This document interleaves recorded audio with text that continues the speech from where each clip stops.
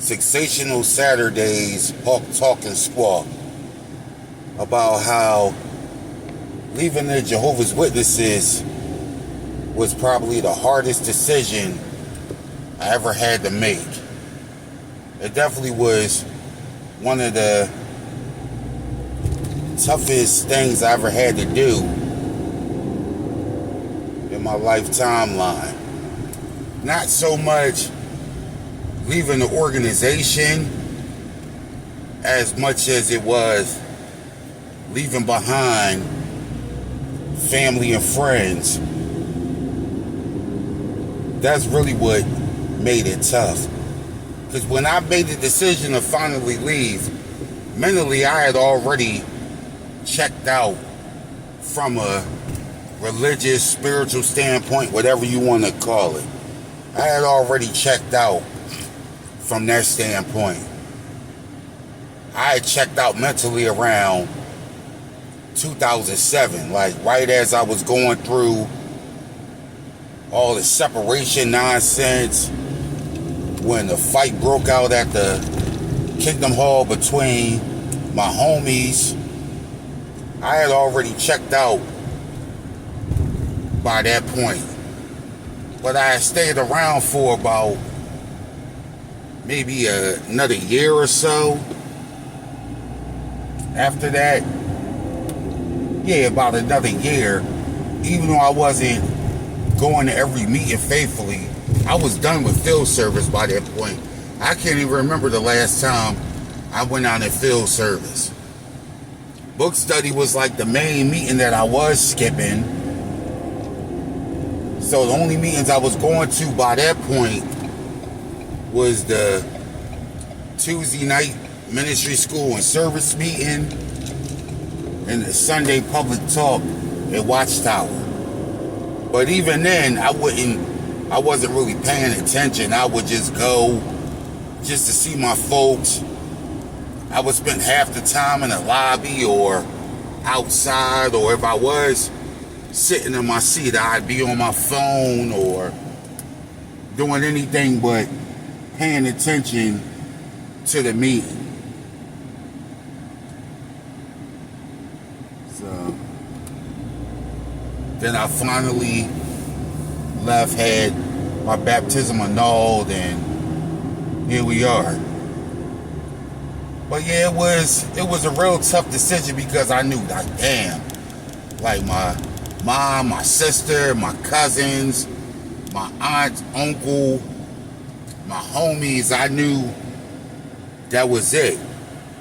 That's why it took me so long to finally leave, even though I had checked out a good year or some change before I left for good.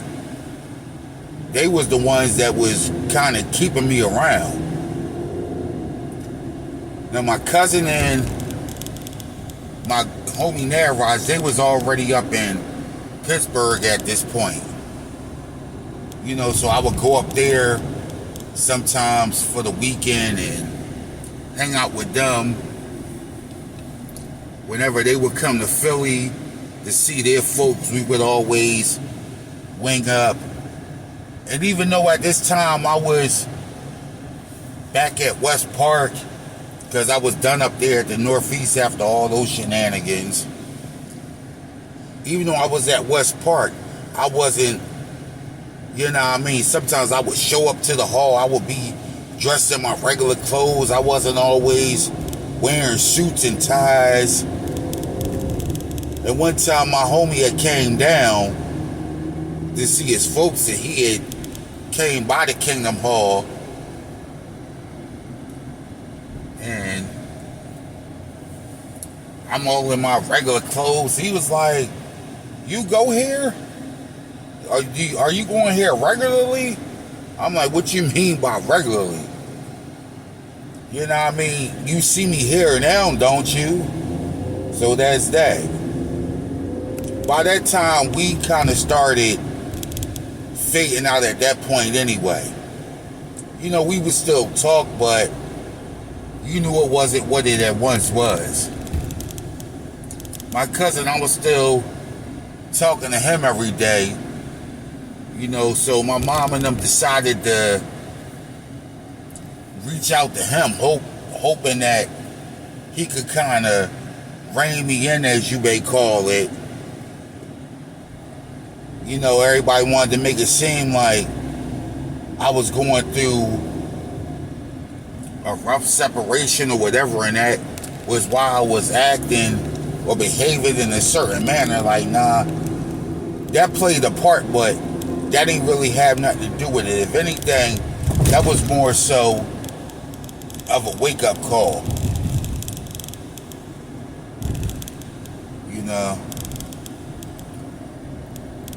That was more so of a wake-up call. But eventually I just decided, and I realized all these relationships are conditional. They're not unconditional, where the people you rock with are going to love you or deal with you no matter the circumstances. With the witnesses, everything's conditional.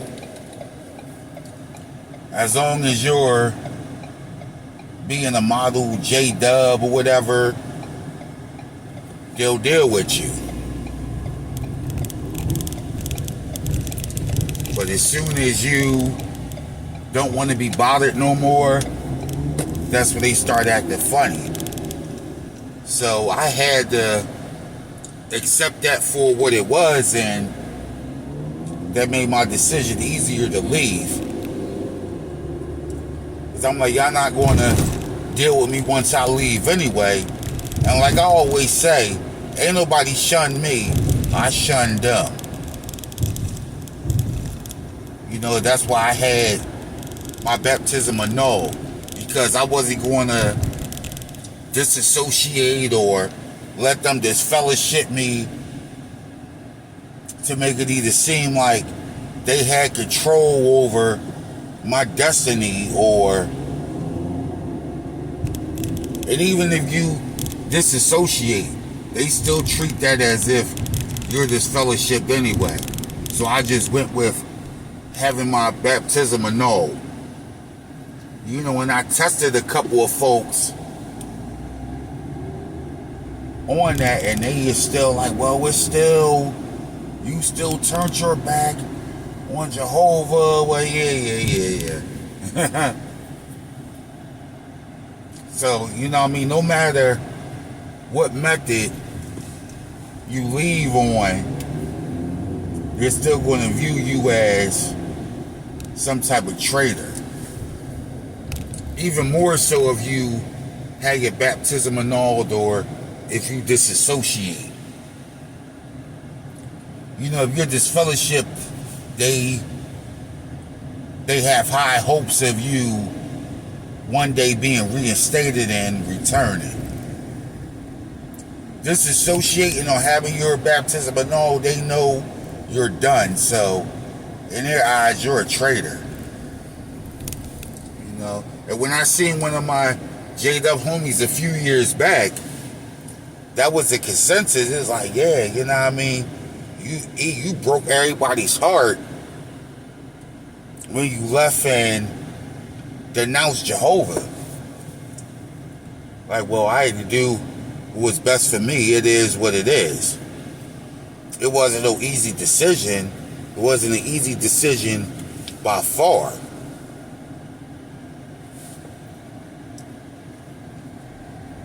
It definitely was the hardest decision I ever had to make, because I knew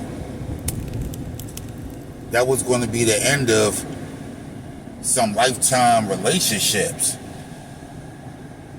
People I had known and loved all of my life, had great times and memories with. So I knew all of that was coming to an end.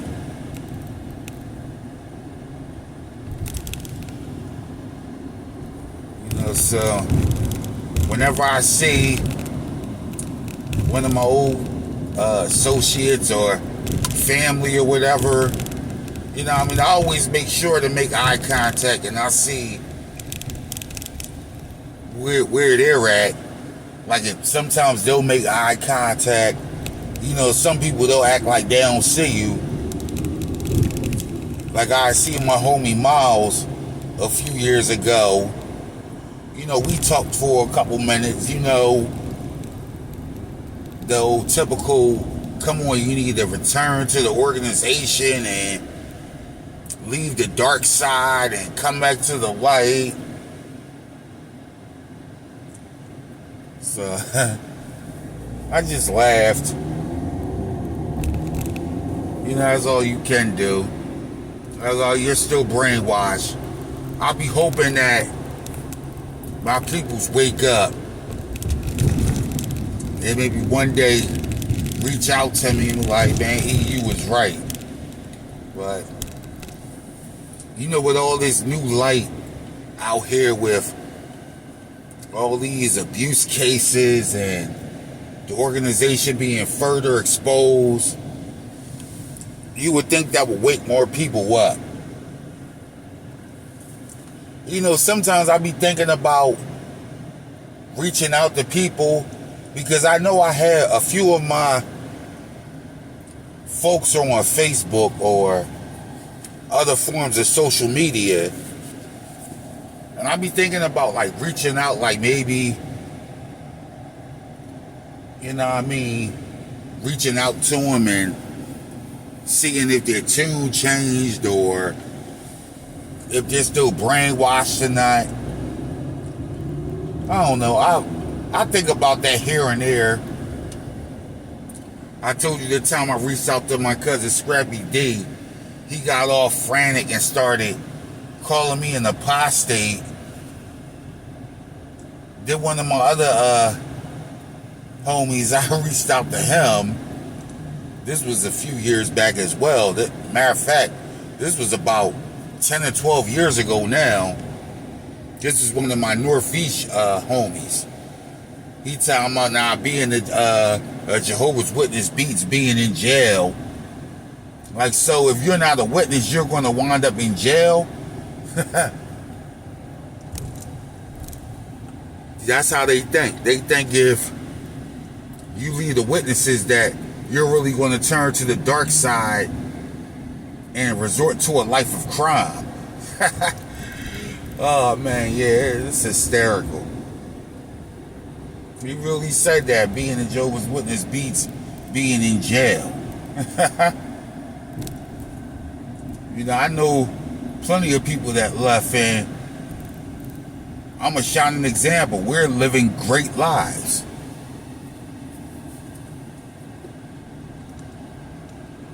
Let's see, then one time I reached out to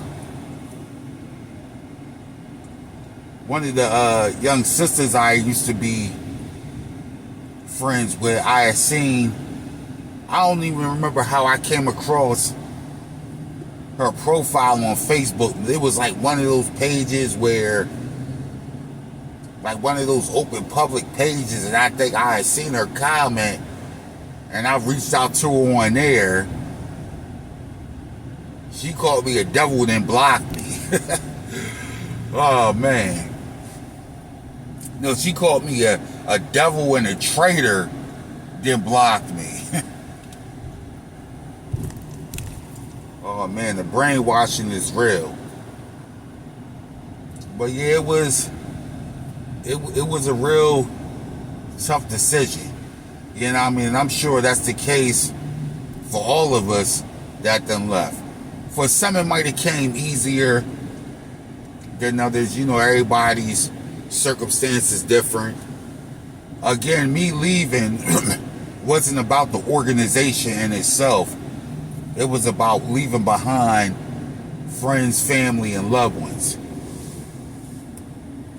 And I remember, like, when I had first left and had my baptism annulled, right before that, me and my cousin, we met up one final time right in Winfield at Larry's Steaks. We had one last cheesesteak, busted up, one last time. He was telling about the day I come back, he is going to have his wife make a real big meal, whatever I wanted.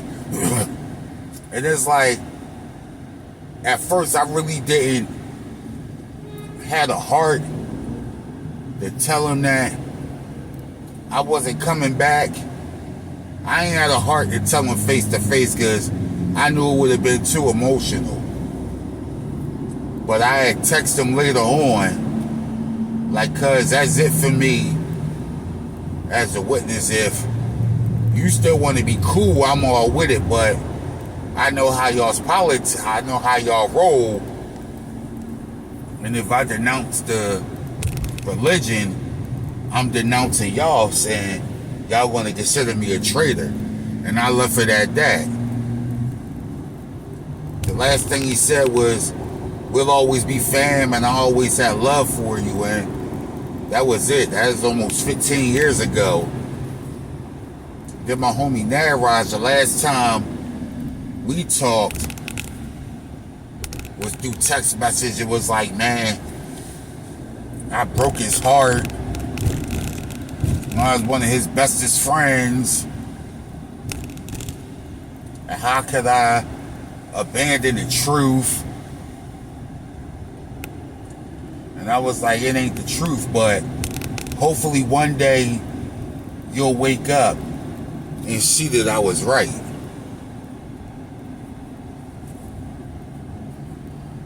You know, that's all you can hope for.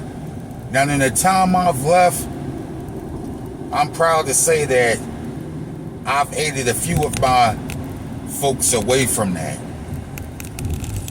You know, a couple of them are in a different ex-witness groups on Facebook.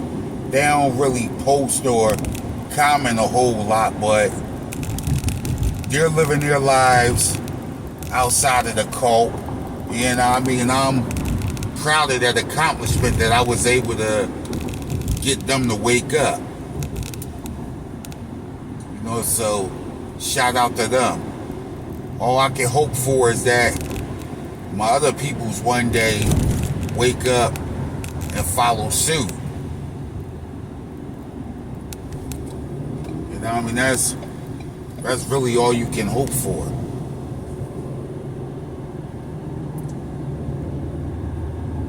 You know, I was just talking to one of my homies the other day that I finally got him to leave because and this was one of the guys, he had studied with me when I first came home from boot and hat camp and started going back to the Kingdom Hall in 98. I studied with him for about a year. He had just became a ministerial servant at the time.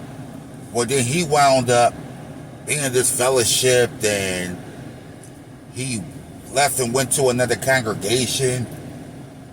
He was disfellowshipped a couple of times, but then he finally left altogether about 5 years ago now, after I had a real nice long discussion with him and showed him information and all of that. And the credit also goes to other fellow ex-J-Dubs who have YouTube videos and all kinds of information exposing the nonsense of that cult. So I schooled him to all of that, and he finally woke up. It wasn't easy, you know what I mean, because he was already 40 at the time, so he was born into the J-Dub. So you're talking about 40 years of brainwashing, you know. But that's one of my proudest accomplishments as an ex-J-Dub.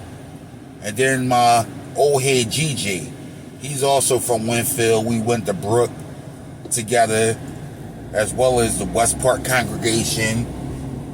Finally got him to wake up. This was all about the same time. Him and my old head Willie, they both kind of woke up and left Now, matter of fact, Gigi left first. Gigi left about 2015.